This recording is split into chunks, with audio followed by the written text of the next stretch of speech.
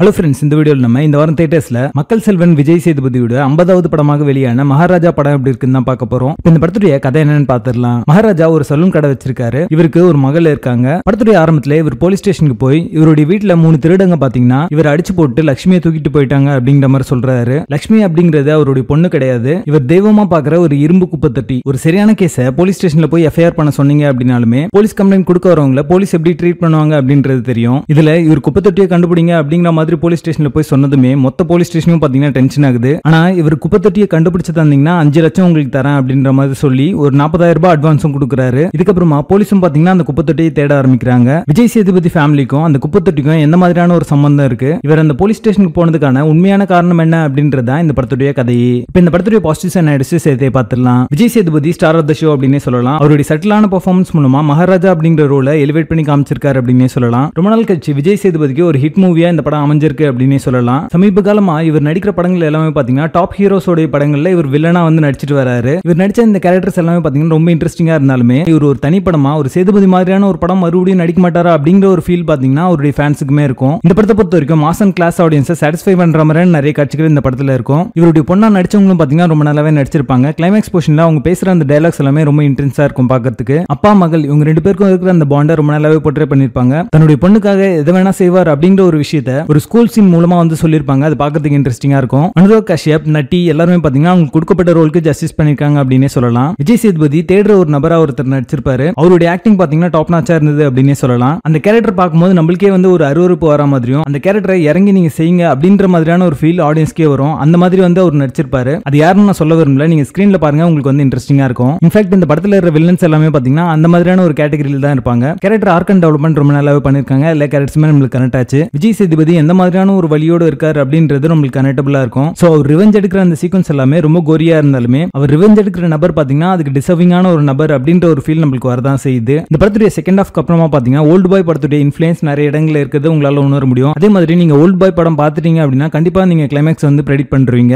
Climax பிரெடிக்டபிளா இருந்தாலுமே கடைசியில அந்த வில்லனுக்கு என்ன ஆச்சு அப்படின்றத நம்ம கண்டிப்பா பார்க்கணும் அப்படிங்கிற ஒரு தாட் நம்மளுக்கு இருந்துட்டே இருக்கும். அது இந்த படத்துடைய பிளஸ் அப்படின்னே சொல்லலாம். இந்த படத்துல செகண்ட் வில்லனை ட்ரேஸ் பண்ணி கண்டுபிடிக்கிறதுக்கு அவங்க எடுத்துக்கிட்ட டைம் கூட மெயின் வில்லனுக்கு வந்து எடுத்துக்க மாட்டாங்க. ஜஸ்ட் அப்ரப்டா வந்து முடிச்ச மாதிரியான ஒரு ஃபீல் தான் இருக்கும். இந்த படத்துல நைட்டிஸ்லாம் இருந்தாலுமே அது பெருசா இந்த படத்துடைய ஃப்ளோ வந்து அஃபெக்ட் பண்ணல. படத்துடைய பேசிங் நல்லா இருக்கும். பெருசா டல் மூமெண்ட்ஸ் எதுவுமே இருக்காது. மொத்தத்துல இது ஒரு நல்ல கிரைம் ஆக்ஷன் படமாக வந்திருக்கு. 2024 வெளியான பெஸ்ட் படங்கள்ல இந்த படமும் ஒண்ணு. இது ஒரு டாப் சினிமா, மிஸ் பண்ணாம பாருங்க. இந்த படத்துல சென்சிட்டிவான கண்டென்ட்டும் கோர் எலிமெண்ட்ஸும் இருக்கு. சோ கிட்ஸோட பார்க்காதீங்க. மெச்சூர் ஆடியன்ஸா இருந்தீங்கன்னா இந்த படத்தை நீங்க ஃபேமிலியோட பார்க்கலாம். மகாராஜா படத்துக்கு எங்களோட ரேட்டிங் 7 out of 10.